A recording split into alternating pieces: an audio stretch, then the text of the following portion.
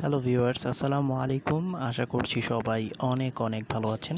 আবারও চলে আসলাম নতুন একটি ভিডিওতে। অ্যান্ড আজকের ভিডিওতে আমি আপনাদেরকে দেখাচ্ছি যে আমার যেই কবুতরগুলো আছে এই কবুতরগুলোর লাস্ট ভিডিও হয়তোবা।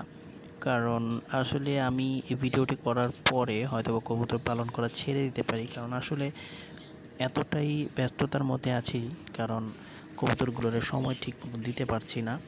আর সময় না দেওয়ার কারণে দেখতে পাচ্ছিলেন যে আমার ছাদটাই পুরো একেবারে অগোছালো হয়ে আছে এবং কবুতরগুলো মানে খাওয়া দাওয়া একটু কম হয়ে যাচ্ছে এবং আমার মেইন কথা হচ্ছে সময় না দিতে পারার কারণে আসলে এগুলো রাখতে পারছি না। আর দেখতে পাচ্ছেন ছোট ছোট যে কবুতরের বাচ্চাগুলো আছে এগুলো আমি হয়তো বা নিজের জন্য রেখে দিতে পারি জবে করার জন্য। আর বড় যেগুলো আছে, যেগুলোর প্যানেলসগুলো, এগুলো সবই আমি বিক্রি করে দেব। একজনের সাথে কথাও বলেছি, হয়তো বা দু একদিনের মধ্যে এটি সব একেবারে খাঁচা কবুতর সব এভরিথিং সব কিছু একসাথে দাম দর করে বিক্রি করে দিতে পারি। তো বন্ধুরা ভালো থাকবেন। আবারও আমি হয়তোবা যখন কবুতর আবার কিনবো, আমি এমন না যে কবুতর কিনবো না, আবারও হয়তোবা সেট আপটা পুরোপুরি নতুন করে আমি স্টার্ট করব এবং সুন্দরভাবে একটি জায়গায় নিয়ে তারপর কবুতর আবার লালন পালন করা শুরু করব। আর ততদিন পর্যন্ত আমার জন্য দোয়া করবেন। এবং আমি আমার চ্যানেলে এরকম না যে কবুতর নিয়ে এখন আপাতত ভিডিও ছাড়ছি না।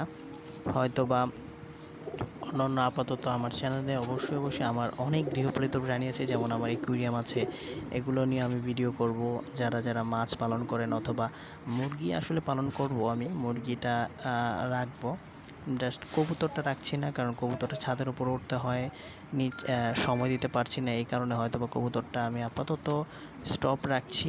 হয়তোবা যখন আবার সময় হবে, ফ্রি টাইম হবে, তখন হয়তোবা আমি একটু রিল্যাক্স যখন হব তখন আমি কবুতরটা আবার উঠাবো। তো দোয়া করবেন যেন করে আমি খুবই তাড়াতাড়ি আবার নতুন একটি সেট আপ করে আবার নতুন কিছু কবুতর দিয়ে আবার আমার যে শখের যেইটা আছে যে কবুতর লালন পালন করার ইচ্ছাটা আবার পূরণ করতে পারি। তো ততদিন পর্যন্ত ভালো থাকবেন, সুস্থ থাকবেন, সবাই আমার জন্য দোয়া করবেন।